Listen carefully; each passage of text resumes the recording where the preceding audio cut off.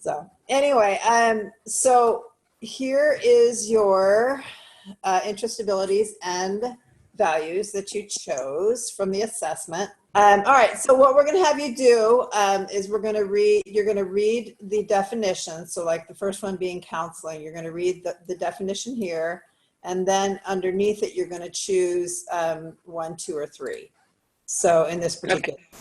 So, and then we're going to go through interests, Becca, and then I'll ask your opinion on something. You're just like, oh, I've got to say something. I have to help. I have to be a part of this. I totally chime in and talk. Oh, Renee, so, but mostly if Renee asks for help or if I ask your opinion. So, okay. All right. So go ahead. Read it out loud. Okay. So counseling, helping people reflect on, come to terms with, and make decisions about their life experience. For example, by conducting one-on-one or group therapy sessions, meeting with a couple for premarital counseling, or administering inventories and assessments related to career choices. Helping people. So my first, you're going to do helping people, and then you choose one of these options. Correct. So, okay, so which one? In helping people, what I would like to do the most, is that it? Mm-hmm. Yeah, it's what you have the most interest in, correct. Reflect on their life experiences, come to terms with their life experiences, or make decisions about their life experiences. Probably 2. Okay, come to terms with their life experiences. All right. Motivational leadership. Leading people to accomplish personal and organizational goals, coordinating, organizing, strategizing, or celebrating. Leading people to accomplish personal goals by encouraging, inspiring, coordinating, organizing, strategizing, or celebrating. Leading people to accomplish personal goals. I have to pick one of those? Right. So in this case, you're going to decide whether it's a personal goal that you're helping them with, or if it's an organizational goal. First, you'll decide that, and then you'll decide the number underneath. So you're still only going to choose one out of these 12. Oh, Lord. Okay.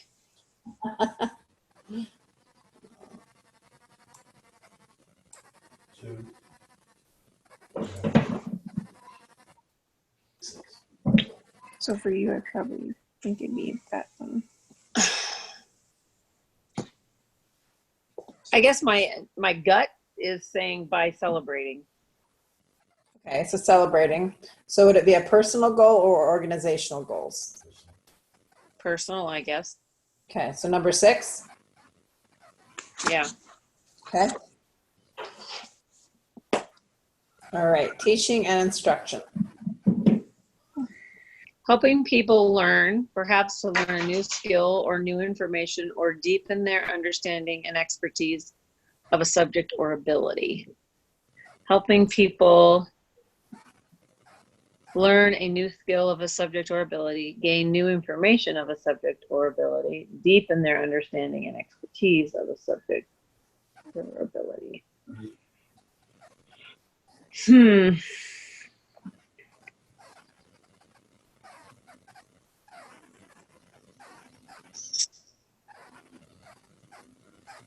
I guess 1. Okay.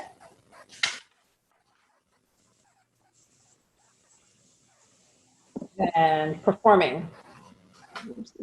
No, so I know. Like I said, you kind of do all those things. Oh, you want to go back and revisit that? I don't know. I mean, because I think she's right. I would say 1 would have been your, primarily you want to teach the new subject or ability, but you're more than capable and willing to go into the other things if that's necessary to learn the skill. Yeah. If she was able to do just one of those, what would she like to do? If you could only do one of those, which one would you really like to do? Probably 3. So deepen their understanding. She's not. Okay. She's not So remember, this is an interest. It's not necessarily what you're doing day to day or even once in a while. Right. This is just what you truly are interested in. I guess I'd have to say 3 because I think 3 could actually include 1 and 2. Yeah, it's very true. Okay, so I will change it to 3. Okay. Performing. Expressing oneself to an audience or taking part in a creative performance, such as playing a musical instrument, acting in a dramatic production, singing in an opera, or performing in a magic show. Audience. Okay. Expressing Oh, wait. oneself. Wait. Performing. Expressing oneself to an audience or taking part in a creative performance. Okay, I read that wrong. Let's see. Expressing oneself to an audience or taking part in a creative performance. So is it asking whether you'd want to be in front of the audience or just part of the creation of the production? Correct. So would you want to be front and center or part of the process? No, she can do both. The second one allows you to do both. So when you're taking part in a creative performance, it could be in pretty much any aspect of the performance. So you Yeah. could be in front of the audience. You could be, the main character. You could be set design. You could be a director. You could be, the chorus line. It's so. Express oneself to an audience. Yeah, I think I'd have to say 2. Okay. That's that second one later on. Okay, and meeting physical needs. Okay, I'm sorry, what? Meeting. We can't- It's too big. Oh, I got it. Okay, meeting physical needs. Meeting and caring for the physical needs of people through medical care, shopping for shut-ins, delivering meals on wheels, or teaching the visually impaired to read Braille.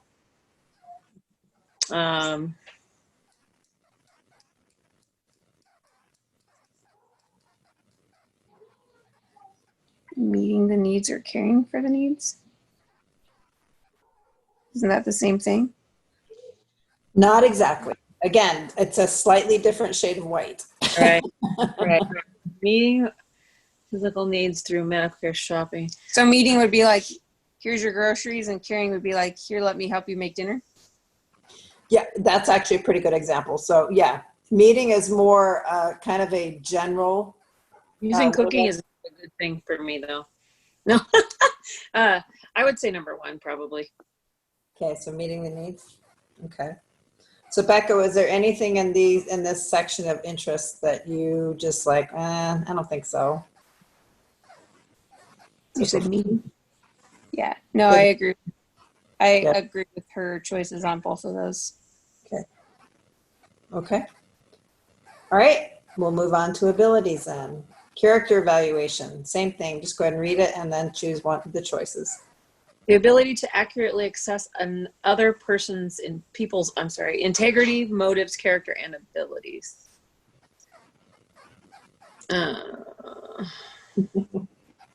Okay, so now there's Just one choice. yeah, like We always stump people with this. Yeah, there's only one choice. Intuition is the best way to define what character evaluation is. And everybody who has character evaluation has intuition About the character. about the characters. So, okay. Interpersonal communication, the ability to guide others by reassuring them, giving them clear direction, responding to their needs, or effectively confronting them in an appropriate manner.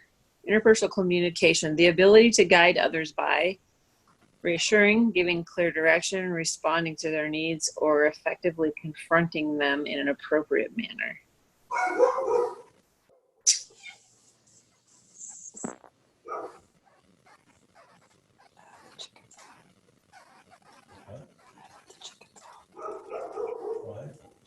Why? Probably 1. okay. So guiding by reassuring. I don't know. I mean, I guess I see myself doing a couple of those things, but Becca didn't agree with me, so Did or did not agree with you? did not. What do you think it is, Becca? I would say out of those, her primary one would be 2. Okay, so reassuring. Not that you don't reassure them in that process, but I think typically when you're guiding others, you come in with clear, options, help, alternatives, whatever, You tend to be not a fixer, but here's a practical solution to what I'm hearing from you. And then you lump all the rest of those, in as needed. Would Okay. that be for? I mean, if that's what's called for, but I think it would still would be the primary, giving clear direction. Well, and I guess that would include several of the other ones too, actually. Yeah. I mean, it definitely could. It's just that your goal or your ability is to communicate to them clear directions.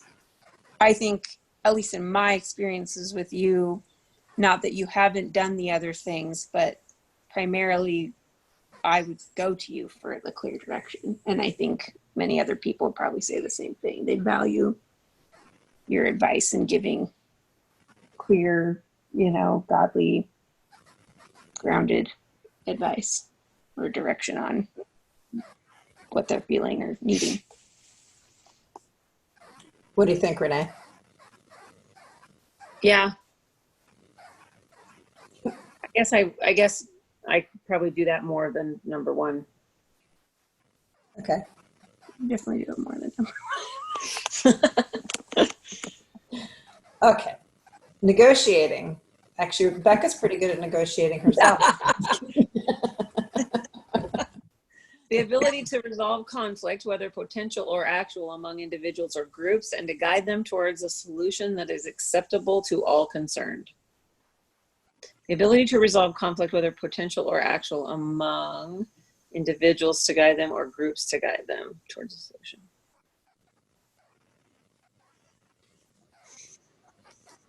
So basically the difference here is individuals or groups. Mm-hmm. What my preference would be, or what I think my strength is? It's your ability. So it's what okay. you have done or have shown to be done, have done in the past.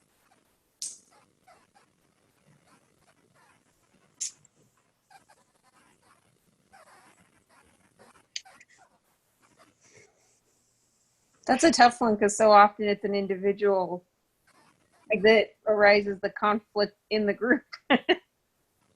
Right. No, that's a good point. That, I guess, and because of that, which is exactly what I was thinking, I've done a lot of the individual for the group, so primarily it would be individual first. Okay. For me. Yeah. No, and I think that's what I think you're hearing. I'm hearing too. It's that you're focusing on the individual, so therefore the conflict within the group is taken care of, but you're focusing on the individual to get the group taken care of. Right. Yeah. It's not the source, not the symptom. Okay. So we'll put 1 for that one. The source, not the system. Yeah. Yeah. Are you good? All right. Independence and self-management. The ability to work independently with little or no direction or supervision, to move into new situations on your own initiative, or to set and meet your own schedule, budget, or quality standards. She's laughing. I don't know. Independence, self-management. The ability to work independently with little or no direction or supervision, or move into new situations on your own initiative, or set and meet your own schedule, budget, and quality.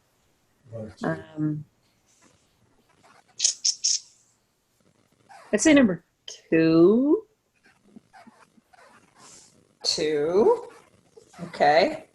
So Becca, do you agree or disagree with that, or and any other one? I agree with that one. You agree with that one. Okay. Were there any ones up here that you were questioning? I guess we kind of talked this one through already. Individuals. Okay. There we are. I guess we got it through them all. All right. Values. Same thing. Go ahead and read the definition and choose. You value potential. You value the potential in someone or something and have a chance to develop that potential. It bothers you to see someone or something that, in your view, has so much potential, but no one is developing or utilizing it. Developing potential. You value the potential in someone or something and having the chance to develop that potential, or it bothers you to see someone or something that in your view has so much potential, but no one is developing or utilizing it. I'd say number 1. Okay. All right, physical work. You value lots of physical activity. You like the feeling of working or exercising hard. Being sedentary or desk bound would drive you crazy. Amen. You have to get out and get physical. The more you are pushed physically, the better that you like it. Physical work. You value lots of physical activity. You like the feeling of working and exercising hard. Being sedentary. Okay, you have to get out and get physical. The more you are pushed physically, the better you like it. All of the above. I know. Choose one. I would. No, I'm not gonna say. I guess I have to say 1. I kind of feel like it encompasses all but number 3. Yeah. All right, so one on that. Becca, you agree? 1. Yeah. I just thought you'd go with 3, but I mean they're basically all the same. So sure. Why would I go with 3? Well, that's totally true, but I think that all the others, I think number 1 kind of encompasses all the others except for 3. Right. I mean, you can But still. 3 is true too. But Yeah. that's one thing when number 1 is everything. Like, you know what I mean? Mm-hmm. Yep. I don't know. Do you see what I'm saying? Yeah, I guess like you like to be doing stuff, but I don't know that you value necessarily being physically active so much as you just couldn't stand not doing anything. Hmm. 3 is connected to mobility. So we're going to do the next one below it. So let's revisit physical work after we read mobility. Okay. You value the opportunity to be on the move, to get out and away, perhaps outdoors, enjoying nature. Being stuck behind a desk or locked in a building all day, not your kind of environment. And if you must endure such surroundings, at least you give windows. You at least give you windows so you'll be able to see what's happening outside. Well, freedom's the only answer on that one. Freedom is the only answer on that one. So physical work and mobility are very connected because not that you have to be physical to have freedom. You don't always have to have those together, but mobility, if you read through the definition, how it goes through, if you're stuck behind a desk or locked behind in a building, at least you have a window. So it's somewhat close to the being sedentary, is that if you're stuck at a desk, you just can't take it. So I don't know. I mean, I just thought that we'd read that one first to kind of help make the decision.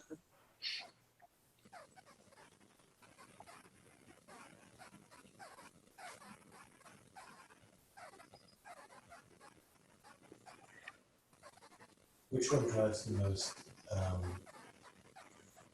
feeling from me? Okay, so of those 5, or actually, let's just say the first, the 1 and 3. And that one maybe. Yeah. That you just. I was just thinking. Rather So Becca's just pointing at number 4, which I was just kind of looking at too, thinking, well, maybe that would be more accurate. So which one do you think you're more emotionally connected to? Probably, well, I don't know. Probably, I actually, now that I look at 4, it could be as much as 3. You know what I'm saying? But on the opposite end of the spectrum. Or maybe not opposite end, but being sedentary or desk bound could drive you crazy. I mean, honestly, I feel like drive me crazy. I could deal with it if that's what I had to do, you know? Okay. If I had a window, right? You have to do something after. But then you have to get out and get physical. Then that would probably... I think I'm going to go with 4. Okay. You agree, Becca? Yeah.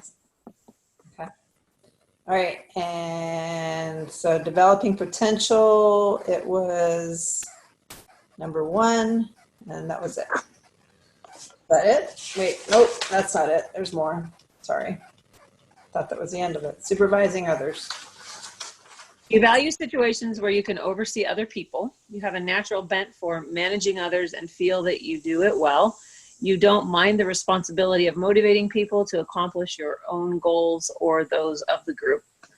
Supervising others, you value situations where you can oversee other people. You have a natural bent for managing others and feel that you do it well. You don't mind the responsibility of motivating people to accomplish your own goals or the goals of the group.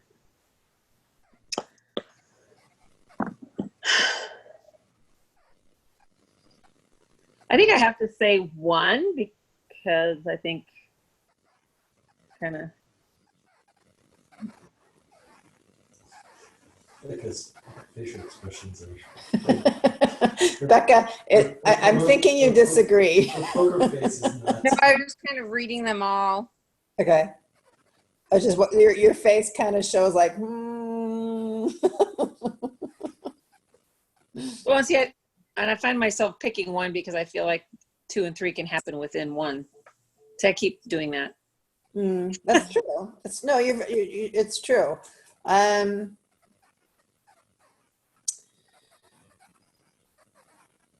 If you, I'm trying to figure out a good way to describe the 3 different ones. One of them, do you want to do it or do you want to do it? Well, you have to come up here and talk because I can't hear you back there. I guess I feel like 3 is kind of like, yeah, whatever. I guess if I have to, I will. Kind of, I don't mind the responsibility instead of enjoying the responsibility, right? Right. So the way that's worded to me is like, well, I don't know. Okay. It's not that I enjoy the responsibility of motivating people to accomplish goals, for individuals and groups. That I don't mind it to me is like, I don't know. That really fits my attitude about it. You know what I mean? Okay. So then 3's out. Where is it up? Well, you just said it. Is it? I'm not sure. I heard it differently. Oh. Basically what I said is if I were to word that question for me, it would be like, I enjoy the responsibility of motivating people and accomplishing, that instead of I don't mind it. Like, Okay. So say it's worded that way. Would then 3 be the choice? Yeah. Yeah, but Okay. that's not how that's worded. But Well, it's you not don't worded mind. right. So I know that's what I was wrestling with the Yeah, wording. so let me kind of rephrase it. 1 is that you are eager to be in a situation where you can oversee other people. Right. 2 is, okay, I know I can do this, and I do it well. 3 is, all right, if I have to do it, I'll do it to Right. accomplish goals. Okay. Yeah. So it Yeah. really has to do, it's how you see your how the value really motivates you. The first one is I'm looking forward to doing this. The other one is I know I can do it and I know I do it well. And the other one is, okay, if I have to do it, well, just to get these things done. Okay. That was great. I think I'd have to pick 2 then. 2. Okay. Okay. Being influential. You value being influential and having the opportunity to impact others. You want to make a difference in their lives, to have them respond to you, even if you aren't supervising them. You want to shape them, to leave them better off because of your presence. Being influential.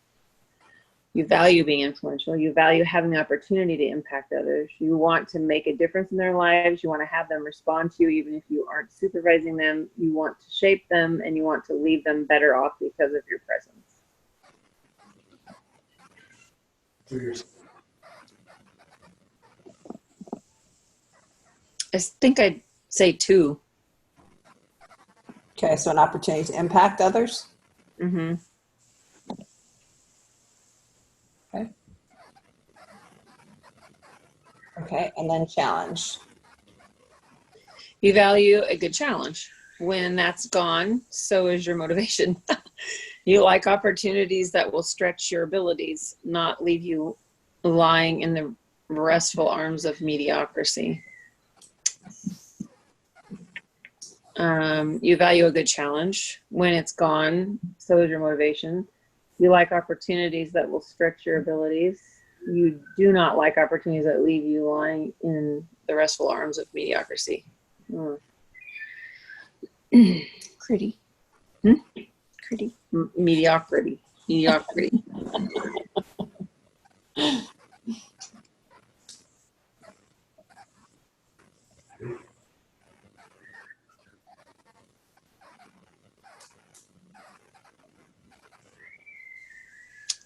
I think I would go with 3. Okay.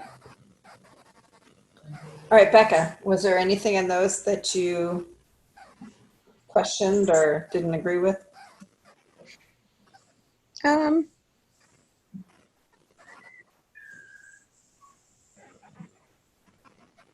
No, I mean, I don't disagree with what she chose on that stuff. So Okay. I think 2 was right for supervising, and the other 2, it's kind of like, again,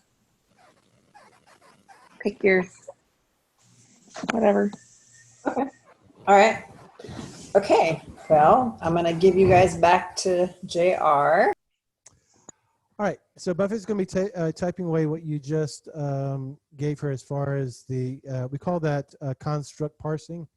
So basically you parse those constructs down to the part that spoke deepest to you. And from that's where we'll get your purpose statement. We'll go ahead and talk about these things on a general basis to begin with. Interest, if we think about the kingdom of God and our place in it, interest would be the acreage that every believer gets. It's a way of sort of beginning to understand the sort of work that God wants us to do.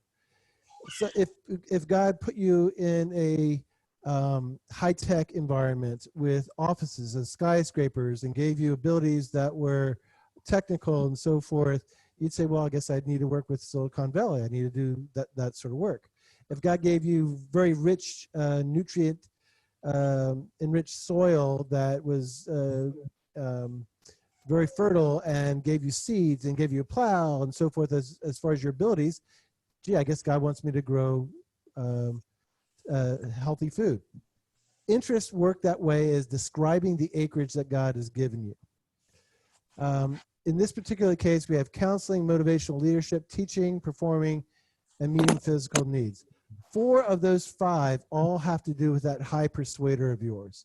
So you using your words, you speaking life into people is really your acreage. That is where you have the ability to be able to influence people by using your words, using your voice is going to be really, really important. That describes the acreage of your purpose statement. Abilities are the tools. So, okay, God's put us in an environment where he wants me to speak to people based upon those interests. What does he want me to say? Well, he wants you to be persuasive. He wants you to lead them. He wants you to communicate them. And ultimately, he wants you to help them. Those are the categories where that falls into. And I believe the way she laid that out, it's 25, 25, and 25%. So much like your motivated role, where you are a type motivated role, your abilities are evenly spread over these 4 different categories. So you will negotiate life with them. You will be independent enough so that you can guide them without having oversight or having people breathing down your neck and needing to prompt you to move forward. Your interpersonal communications it's going to be very one-on-one. And then character evaluation is effectively saying, I know who I can work with. I can evaluate the character. Are they trainable? To use horse language, are they licking their lips? Have they tucked their head down? Are they actually wanting to connect? That's part of what that is. But also character evaluation is, okay, I'm really working with Susie here, and she's got a friend, Mary, and Mary is not good for Susie. And so somehow I need to communicate that to Susie so that Mary gets out of her life and stops dragging her back down and undoing what it is that you're trying to accomplish. Character evaluation gives you that tool that you have. And then values is what's going to motivate you to do that? Why would I take on that responsibility? And we'll get into that in greater detail. To the left of those numbers, you're going to see the letter S, and that stands for subconscious, okay? Typically, at a younger age, we are less aware of this. As we mature and start working and so forth, we become more aware of them. But there's a couple here that you need to understand. Character evaluation is a real important one. And by now, you've probably come to the conclusion that not everybody can measure up people like you can. There'll be situations at this point in your life where you thought people that were intelligent, well-balanced, and coming from a good family, hanging around with people that you know they should never be with because they are not good for them. You have that ability, and that is a gift that you have to use in helping the body, but you got to do it in a way that doesn't create offense, and that's really, really hard to do. There'll be a vibe that you'll pick up. There'll be and it will be a positive and or negative. Somehow communicating that to people that you love and are concerned for is tricky. Because if it was just you and that person, you'd be like, okay, they're never coming into my house. If they are in my house, I'm going to keep my eye on them because we're going to be missing pieces of electronics and everything else because you don't trust them. All right. When you see that in somebody else's life, it's hard to communicate that to. It's one of my abilities also. And I appreciate people that I work with that have it because they don't necessarily pigeonhole me as this businessman that's trying to do this or that. They actually hear me out, which I appreciate. In your particular case, when you're dealing with people, and you get that hinky feeling that, okay, Mary is not good for Susie, try using questions. Those are always the least concerning because God wants you to share that insight because that's why he gave it to you. It's not simply to protect you and your family, but it's also to help guide the people that are around them. And literally, people can't see this. They don't see that that person is bad for them. They see the romance. They see the excitement. They see whatever, the drama. And they don't see the damage or the potential chaos that that person is bringing in. So, it's a young girl and her boyfriend's out every Friday night with his friends. A reasonable question would be, is he out every Friday night with his friends? Okay. How do you feel about that? Is that what you want going into a marriage? Or, those sort of questions, even then, those are a lot more leading than I would recommend, causes them to think. And what you want them to do is for them to get the aha moment and go, wait a minute, this needs to change. I'm not going to be home alone every Friday night while my boyfriend / maybe husband is out drinking with his buddies because that's eventually going to end up badly, quite likely. And so causing them to think and come to their own conclusions without you saying your boyfriend is a piece of work and you need to run away from him, which will then cause them to go onto the defensive and completely undo what you're trying to accomplish. So character evaluation, really important one. My guess is this whole independent self-management thing, you've already figured out. And that's because of that last one under values, the mobility. Super strong value. It is one that basically is you fiercely will be fight for that freedom in your life, in your decisions, in whatever. One of the important things in this area, though, and it could be a blind spot on making decision making, because this is so strong of a value in your life. If you put yourself in a position where you are giving up your freedom, and that can be defined a number of different ways. I'm stuck in an office. I don't get to make the decisions anymore. I have to do things their way, whether I like it or not. All those things are non-freedom type situations. And if you willingly put yourself in that position, you're not going to be able to be Renae. You're going to be a controlled version of Renae. You're going to be a manipulated version of Renae. You're not going to be able to be Renae. So that freedom is super important to you, that whatever choices you make going forward, that is intact. Now, can you do it for 6 months? Sure.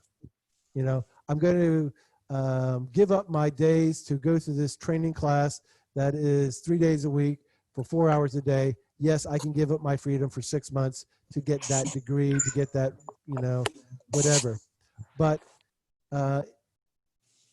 not forever, and not for an extended period of time beyond that you're willing to maintain. Because the longer you work in a position where you don't have your freedom and you don't see the end in sight, the more frustrated and unhappy you're going to be in that particular area. This is I don't want to lead too far into other things, but that is something that you have to just watch as you make decisions that involve you, your family, your ministry, business, whatever. That mobility, that freedom is really, really important. All right, giving, serving, exhorting, and mercy. I mean, that's all about people there, serving people, encouraging people, having mercy to see past their past, see past their failings. Sorry, dear. That's Becca's all right. having child issues at the moment. Can she step out for a few minutes and we can continue? I think we'll be okay. Okay. Because most of this is really directed at you. The end, when we get the purpose statement, we definitely want her back in that. So Okay. So giving, basically, giving has a number of really interesting connections with. If you have that document that we handed out, if not, get it from Buffy. Giving is not simply about being generous. I mean, it's giving with a number of strings attached. Not that you're attaching strings to your giving, but right. Okay, you need to be free to give. Okay, when somebody is giving a high pressure emotional pitch, you're less likely to give in that circumstance. I mean, unless somehow you really connect with the individual, you want to be able to give freely, and so some people might even judge you because of that, because more likely your giving is very private, and you're not going to let them know what you're doing. Because it's none of their business. All right, we'll have to wait for Buffy to fix this. So,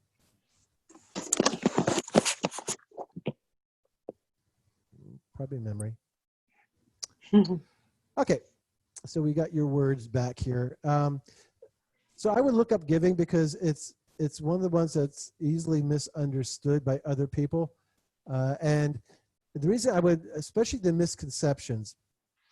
You'll know that when you're being attacked by the enemy, because those misconceptions about giving can be debilitating, can be really hurtful, because your heart is one thing and your actions are another thing, and the world is judging you unfairly, and it really can create an environment where you go, I'm not going to give anymore because of that. And you'll see the enemy's hands in it because of the contorted ways that he takes that gift. So I would definitely look up misconceptions under giving. All right, what else we have here?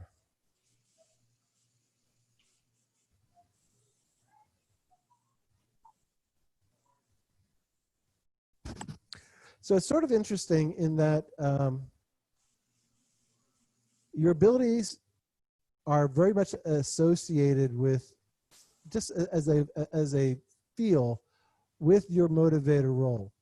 They're so evenly spread out amongst various categories, and they are a good indication. You know, I'm not saying that character evaluation is equivalent to, you know, the developer role or anything like that, but it's like, it's very evenly handed out. So that versatility that is represented by your motivator role is also represented in your abilities. So for you to give up the ability to, say, negotiate and use that ability, you're giving up 1/4 of who you are. That's a lot. Okay. Yeah.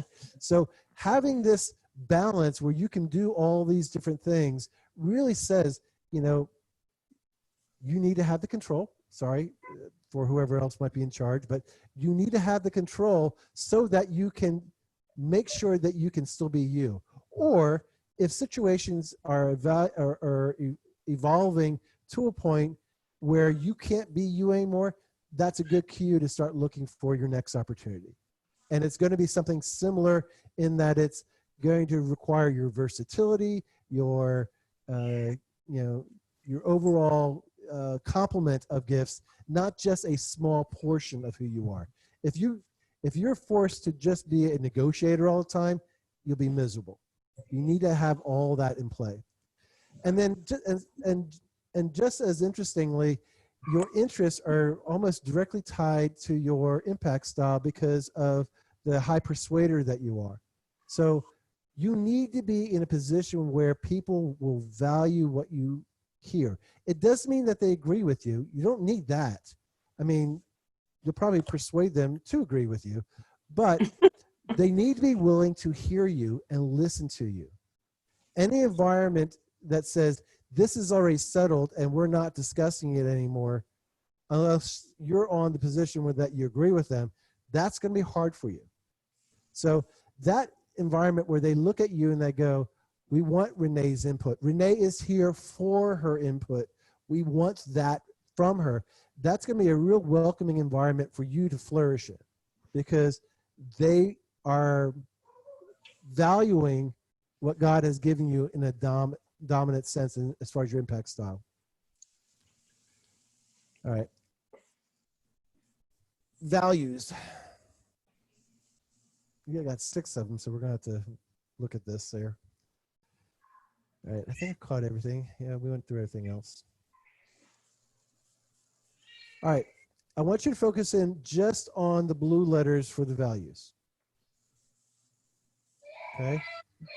And we're going to start with, if you had to get rid of one of these values and not use it for 2 years, so you'll eventually get it back, but it's for 2 years, which one of those blue letters constructs could you give up for 2 years and still be mostly Renae? Still be able to function mostly the way that you can function?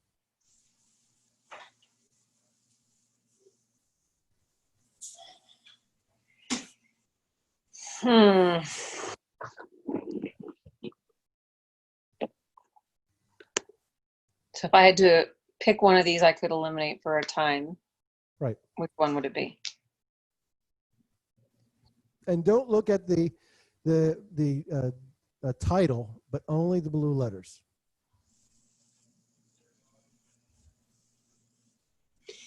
One of those two. I think it'd probably be that one. Yeah. The challenge. Okay. Oh, well, okay. Opportunity to stretch.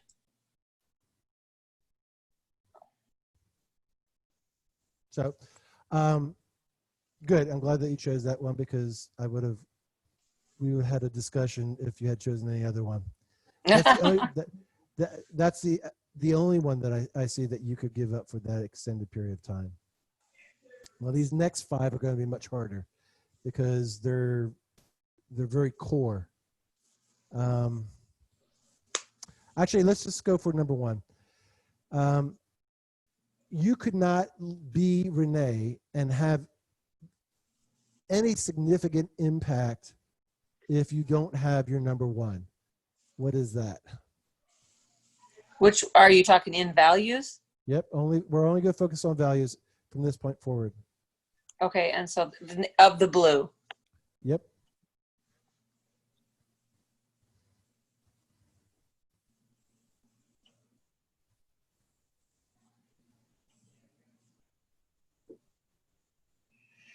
Oh my goodness. Yeah, like I said, these are harder, much harder.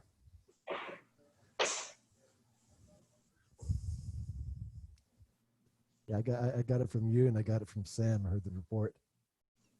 I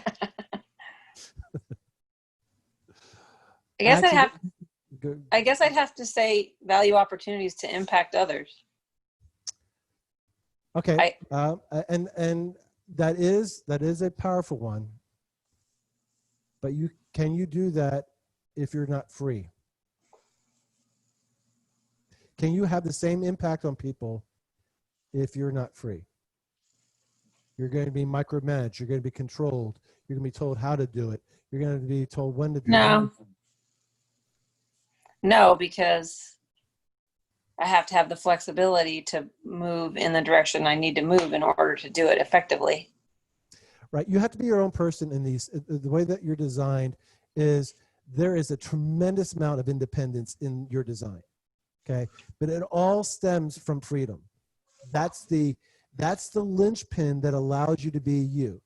So the environment that you live in, okay, you have all this acreage, you have the freedom to have your horses there. You have the, that environment allows you to be you. You live in a country that allows you to be you for a little while longer, hopefully. So, but very close to that, I do believe is being influential. You're number two. Are you okay with that? Yeah. Yeah, because one enables the other. Your freedom allows you to have the greatest impact on other people. Okay. These next three, go ahead and take a look at those. And as far as the core reason why you do embrace, the core reason why you volunteer your time, your core reason that you will invest your energies into something, we're looking for that in your number three here. What is it? Probably it would have to be someone's valuing potential and developing potential. I agree. Yeah, three is developing potential.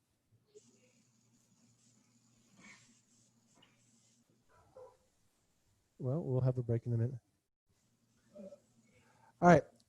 And then we're left with 4 and 5. So when we get down to this, they tend to be sort of interchangeable, like 4A and 4B. But you do those any way that you see fit.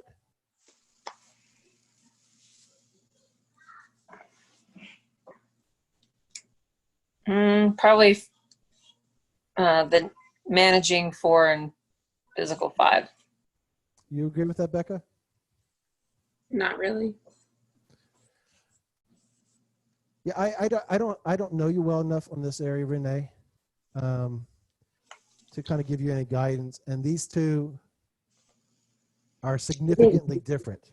Yeah, I think for you, if it was an either or situation, you'd rather be out in physical than managing others.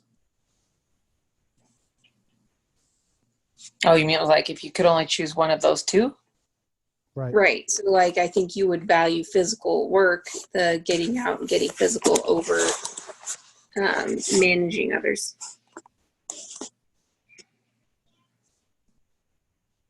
Which is just why I think you would put physical work before the other one. Yeah, I guess that's probably true. Yeah, so because it's going to be in the middle of your purpose statement somewhere, it's not going to be as critical Like I said, these could be 4A and 4B or 5A and 5B. But it's more important for you to understand that as you're making decisions, for you to be able to align your values with where God's leading you. The enemy understands your design better than you do, and quite likely a lot better than I do. That being said, they will throw you false trails so that you will choose, oh, that sounds challenging. And you don't realize you just gave up your freedom, and now you're not going to have any impact on other human beings. And you'll be miserable because you chose your number 6 value over your number 1 and number 2 value. So physical work and supervising others, I mean, one's physical work and the other is mental stress. So it's True. it's work regardless. Managing people is hard Yeah. work, and doing physical work, my guess is that physical work would be more rewarding to your spirit, given the two, since you can always measure the value of what you've done. Becca, do you have any questions on any of those things, any ones that as far as the priority of any of those values? Just in the values section. Mhm. Right.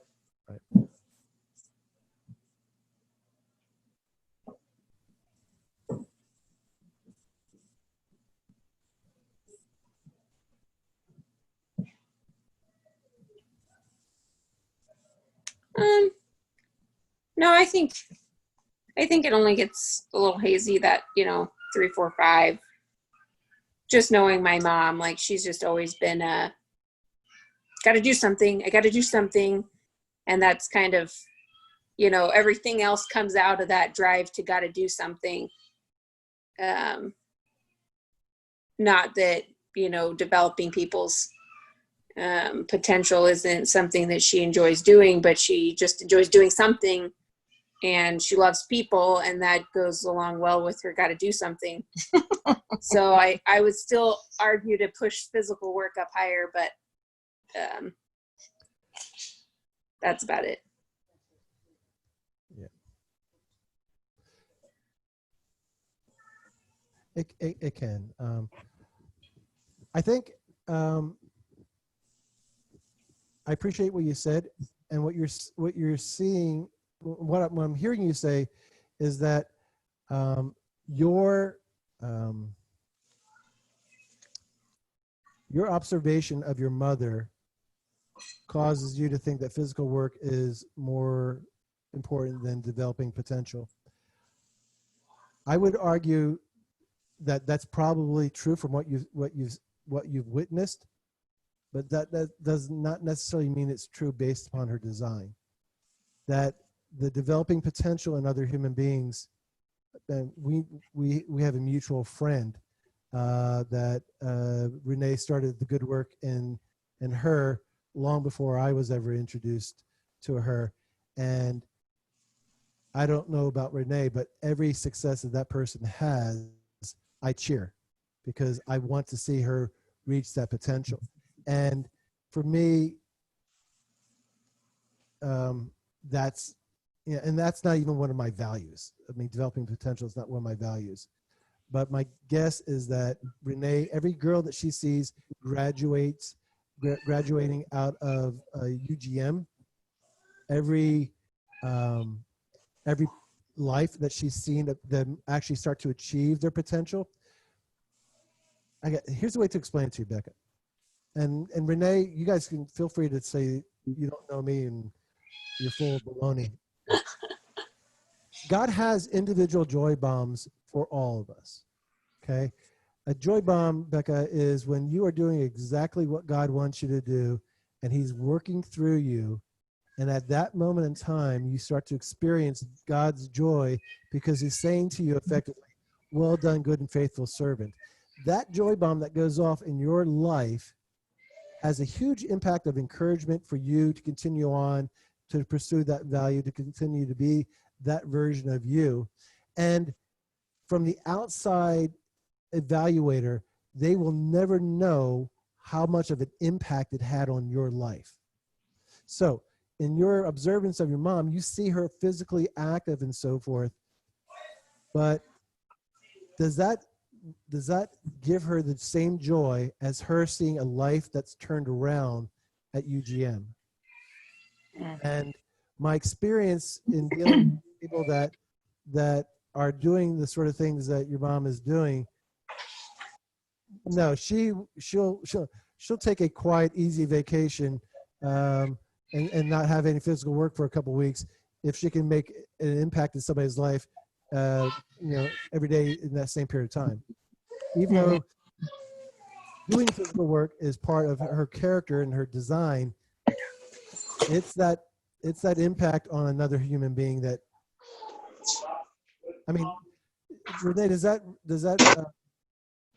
resonate in your life? Is that about right? Yeah, I think that's accurate. I mean, it even goes for, like my kids and all of that too. So same thing. Yes. Yeah, when you see your kids do what you know that they can do, and they become the people that you know and you always hope that they would be. Renae, could you read that out loud, please? I must be free to impact people by guiding them in achieving their potential, deepening their understanding, and helping them come to terms with their life experiences through challenging work, allowing God to stretch me. First of all, how does that feel? Does that feel, other than it's a run-on sentence, and that's a spiritual gift that I have, how does that feel? Does it feel like it fits you? Does it feel awkward? Does it feel like it's somebody else's?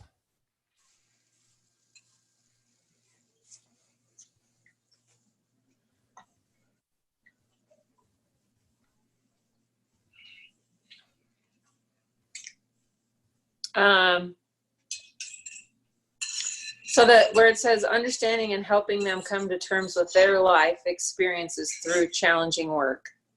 Okay, so for them to have, No, it's actually your work is, the challenging work is yours. Oh, okay.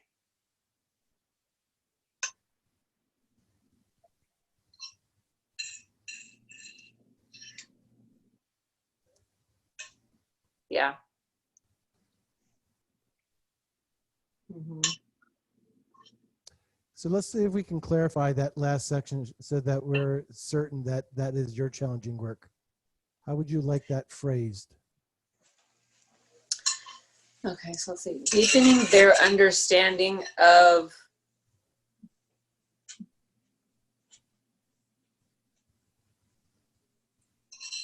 their life experiences. Okay, let's see here. So when deepening their understanding, is it, I put of in there as a question mark, like just in general, is that what you're thinking? I don't see. Or deepening their understanding of themselves? Okay, so that first Maybe 80% is all about them. The last section is through challenging work, allowing God to stretch you.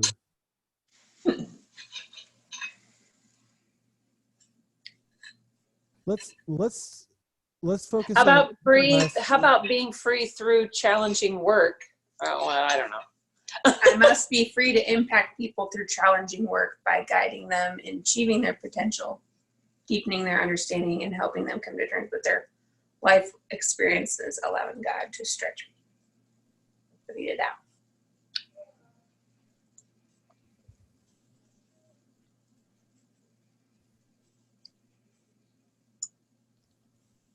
No, it goes after people.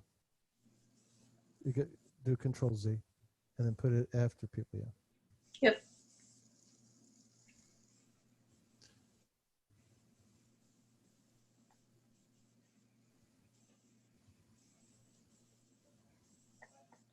That does connect it. It's the first section is all about her, and so that connects that, because that middle section is about who she's helping, and the last of it is, it's also connected to the challenge part of who you are. Mm-hmm.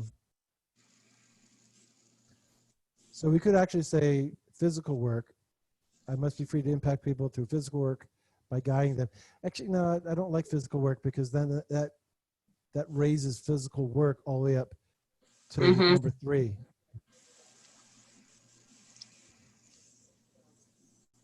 Managing people is challenging. Yeah. Yeah, I like that better. So with that, well, I mean, it reads better, so.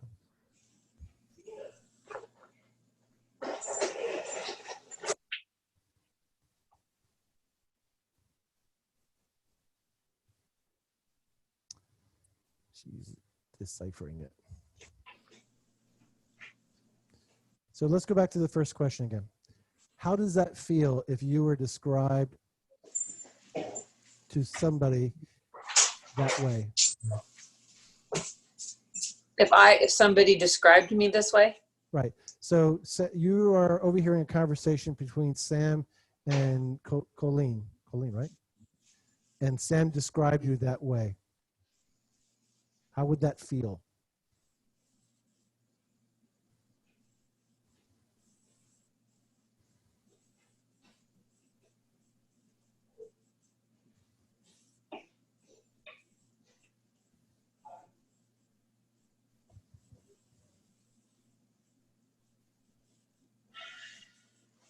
Yeah. I mean, I'd be like, wow. I guess, you know. Okay.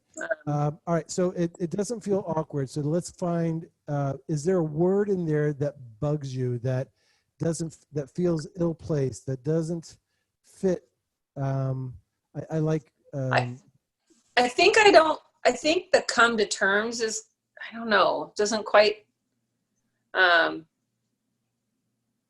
I would almost rather it say recognizing, deepening their understanding, helping them. how about if we put the word peace in there?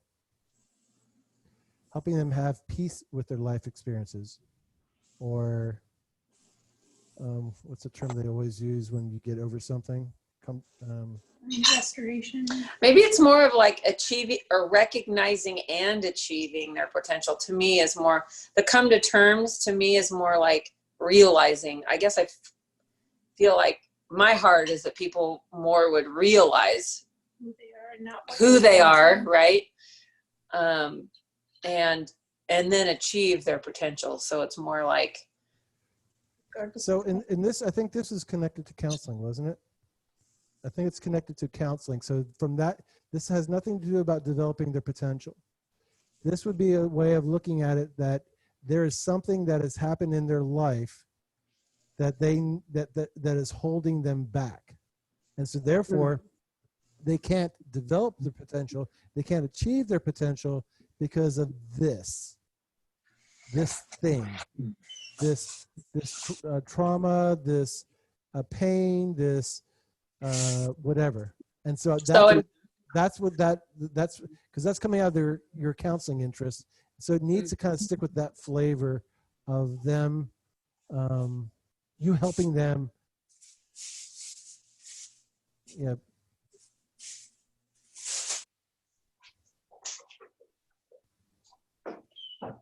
We could also just get rid of the word experiences.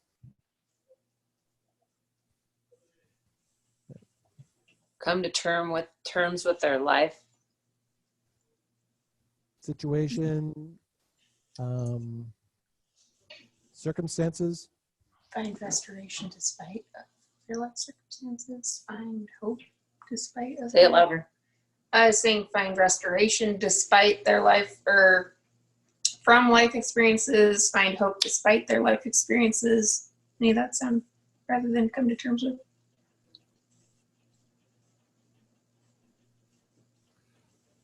It could also do overcome. Mm-hmm. Helping them Earlier. overcome their life experiences. Actually, go ahead and change that real quick, Bo. Helping them overcome their life experiences. That gets rid of the whole come to terms with. Mm-hmm.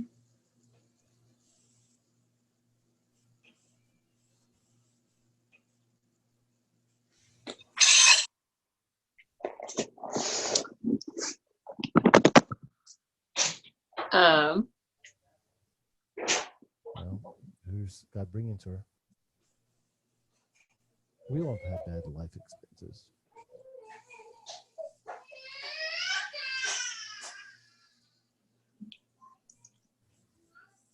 I say free to impact people. I'm not sure how allowing God to stretch me fits down at the bottom, but I don't know. What do you think? So that's connected to your challenge part under your values, and it was your number 6. I mean, that is important to me because I don't want to exist in the comfort zone and not be stretched. I mean, pretty much in everything that I do, I'd rather stretch and grow than be like, There, the mediocrity there, comes in there, I guess, So there's another aspect of that too, though. Your design is fiercely independent, and having that in your purpose statement to remind yourself, God has you as independent, but not independent from Him, and He's going to stretch you and so forth. I think it's a good reminder because there's so much of your mobility, your independence. Those are very powerful things that need to be in check with Him checking you and stretching you. Yeah.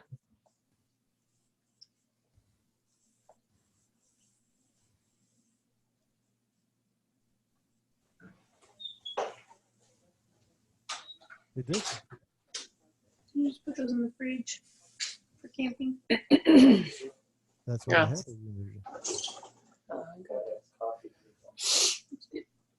You don't like the word overcome then, because life experiences was there.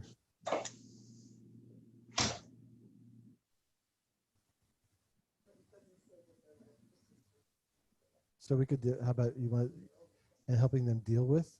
How about deal with their life?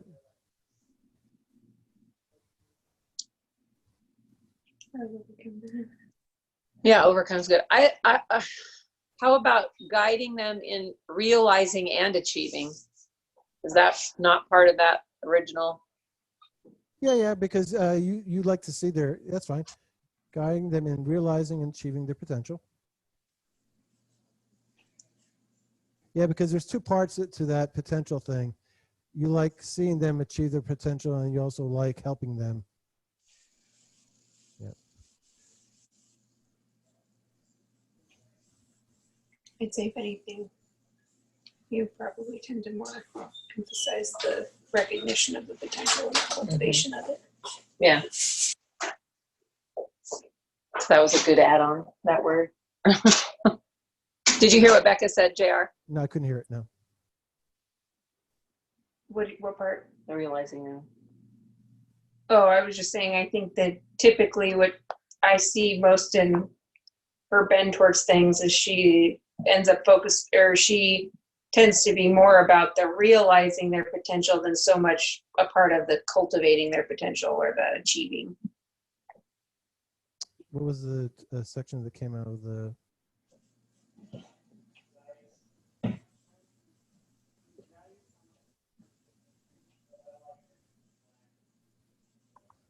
So many people you encounter don't even see that they have potential. Yeah, that's true. A lot of times the people that I have in my life, I don't see the achievement of that potential, but I like set the trajectory to it. You know what I mean? Like you help them realize they have it. How about if we switch the word achieving to developing?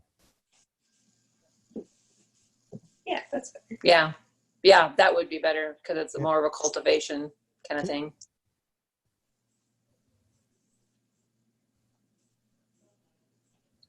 Or you could put realizing and cultivating their potential. Developing and cultivating are probably similar. Plants and animals as an interest for me to go there. Yeah.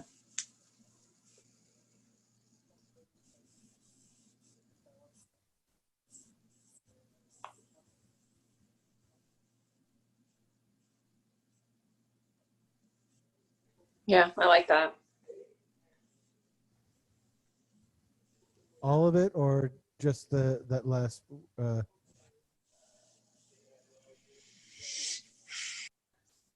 Deepening in their understanding and helping them overcome their life experiences. Or maybe, how about helping them find value in their life experiences? Is value and overcoming the same as that, like a, because it can be seeing the value in the good and the bad, not, I mean, you don't overcome the good. You know what I mean? I'm not crazy about the word overcome either.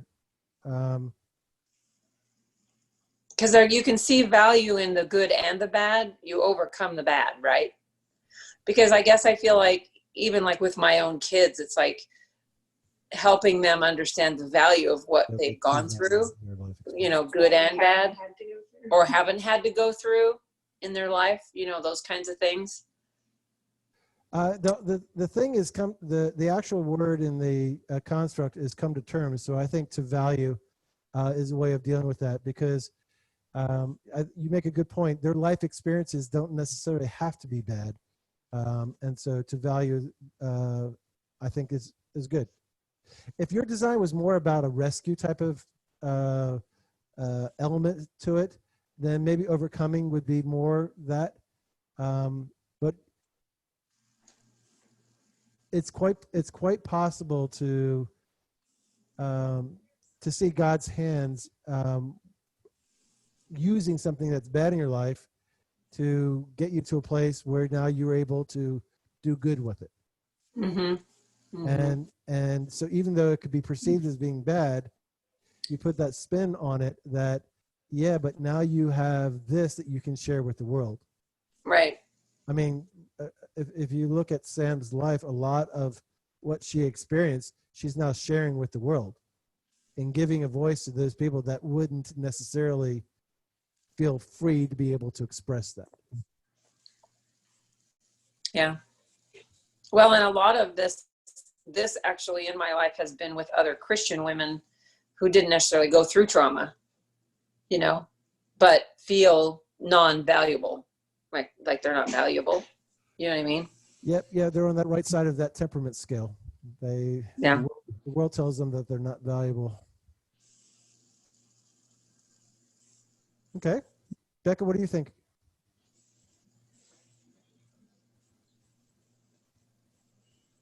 Yeah. I mean, it's still very wordy, but. It's kind of funny. I just realized in high school, I used to use run-on sentences all the time. I had no idea that God was doing that to prepare me for purpose statements. So. Like, how do you I was very fortunate to have some friends that would go over my essays and get the grammar right. But by trying to keep this into one sentence, it's hard when you have, in your abilities that I noted, I can't just take one out. It's hard to take one thing out of your design because it's not replaceable. There's a versatility about your design that all these things are important. It's not, in fact, if I remember correctly, the comment was, I have all these abilities, I don't want to give any of them up. When you were doing that testing. Like, how do you pick these things? Yeah. By the way, you may or may not want to know, I actually reworded those sections so that they would be less that you're giving up and more focused in on what gives you the most joy. Right. Yeah, that was good. Yeah. Yeah. Specifically because of your input. But it's funny, your design is very similar because guiding them to realize and develop their potential, important. Deepening their understanding, teaching, training, very important. And then helping them to value what has gone on in their life as important. All those things are you, and to take one out would leave you lame, I think. Yeah. You just, I mean, it would be like, it's in your design, there's so much balance, that all these things have to be in place for you to be you, that if you take one thing out, I think it sort of cripples it. So, all right. If you're comfortable with this, then this is what I need you to do, because it's not my purpose statement. Hopefully that this is God's intention with you. And so you need to take it to him for the next 7 days in prayer and say, God, is this who I am? God, if this is who I am, I intend to make life choices based upon who I believe you created me to be. I need to make sure that this is who I am. Now, some of the tweaking that we just did, perfectly fine. Developing their potential, growing their potential, all those things, cultivating their potential, all those things are okay synonyms to replace and not change it. You're going to get a copy of the document that Buffy had on the screen. She'll have the email to you in the next day or so. You'll also get a meme with this on it. Put that on your phone so you can see it on a daily basis. Because if at the end of that 7 days, God says, yes, Renae, this is who I've created you to be, then the prayer changes for the following 7 days is, okay, God, what's the first step to get closer to this? Okay. I really think a lot of what you're doing is already in this, but God's giving you this at this time of your life for a reason, and it may be because he wants you to see something that you might overlook because you are so busy and active. So ask him what that first step is, and that process is really about developing a sensitivity to how God speaks to you. Does he do it through a dream? Does he do it through chill bumps? Does he do it through the hairs going on your back of your neck? Does he give you a word of knowledge? How does God speak to you? Because he's not limited in any fashion. Obviously, it can come through scripture. You read something and all of a sudden, you hear about 3 or 4 locks click and all of a sudden you realize something was just opened up. But there are a number of different ways. So figure out as best you can to develop that sensitivity and ask him, what is it that you want me to do? It could be all of a sudden you see a potential in somebody that you've never seen before.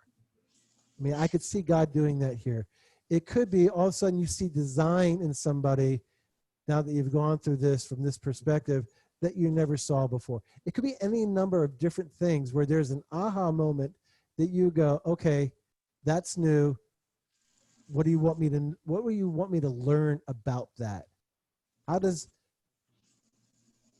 am I supposed to use that, God? How am I supposed to, act on that, and so forth?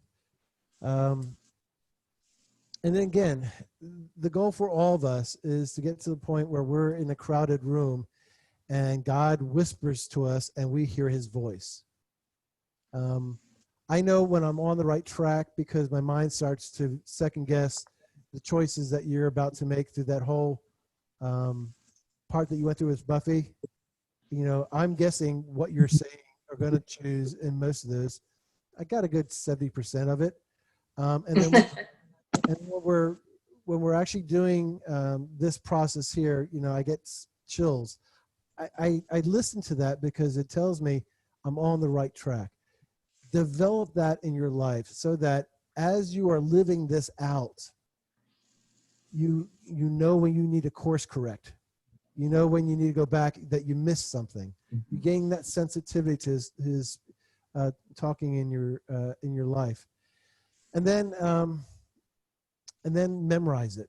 The memorizing is important because you may not always have it in front of you, and when you're going to be faced with the choice of doing something, expanding something, shutting down something, any number of big choices, you want to know, is this in alignment with who God's created me to be? Is this going against who God's created me? Is this causing me to act more like a high analyst than a high persuader? Is this because God's going to use you like he created you? And so you want that design purpose statement to be fresh in your mind so you can say, yeah, this is consistent with who God's created me to be. I can walk in confidence in this direction. Or, contrary, this is not who I am. This is a lovely, worthy cause, but it's not for me. Because see, the enemy can entice all of us with good, worthy causes that we're ill-equipped for and not designed for.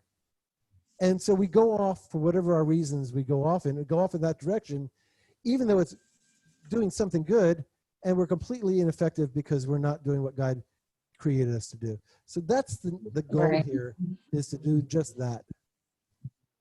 All right. Becca, do you have any questions? No, Okay. You want to do it now? I want Zach to do. Oh, you want to do That was awesome. Thank you. Thank you. And You. it is completely different with every one of these that we've done. So it's a real pleasure to be part of this process. All right, can I pray for you? Please.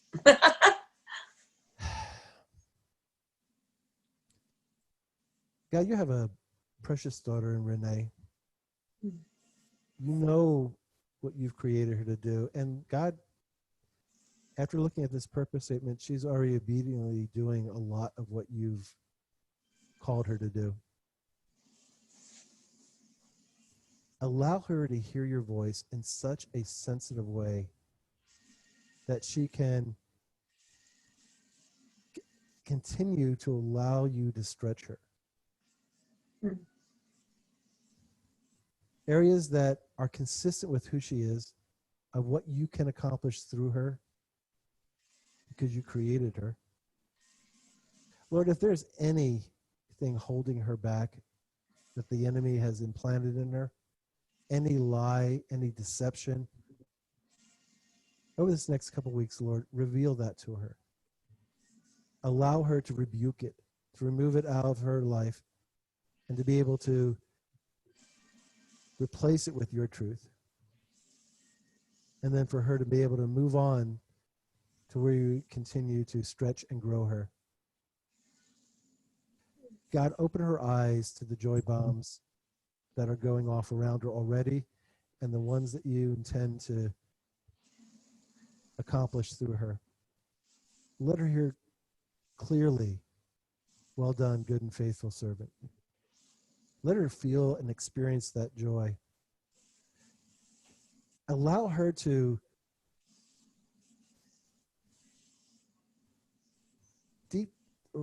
reach down, Lord, into those that have been beaten down and to lift them up, to allow them to find their path to you, for them to experience the same joy that she's experiencing based upon her design, for them to be able to experience based upon their design.